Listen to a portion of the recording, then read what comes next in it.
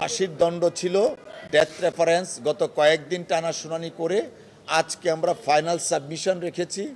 আমরা আজকে আমাদের ফাইনাল সাবমিশনে বলেছি বাংলাদেশ এবং ইন্ডিয়ান বিভিন্ন জুরিসডিকশনের মামলার রেফারেন্স দিয়ে বলেছি এই মামলা পুরাটাই একটা পলিটিক্যাল স্কিম বাস্তবায়ন করার জন্য মামলাটা দায়ের করা হয়েছিল এবং টোটালটাই হচ্ছে একটা ম্যালিশিয়াস প্রসিকিউশন।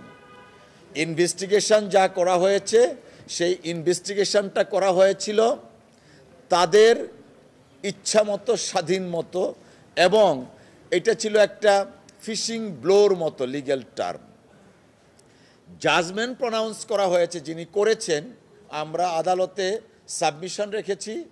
এই জাজমেন্ট প্রনাউন্সের ক্ষেত্রে একটা আলটেরিয়ার মোটিভ ছিল, অর্থাৎ অসৎ উদ্দেশ্য ছিল।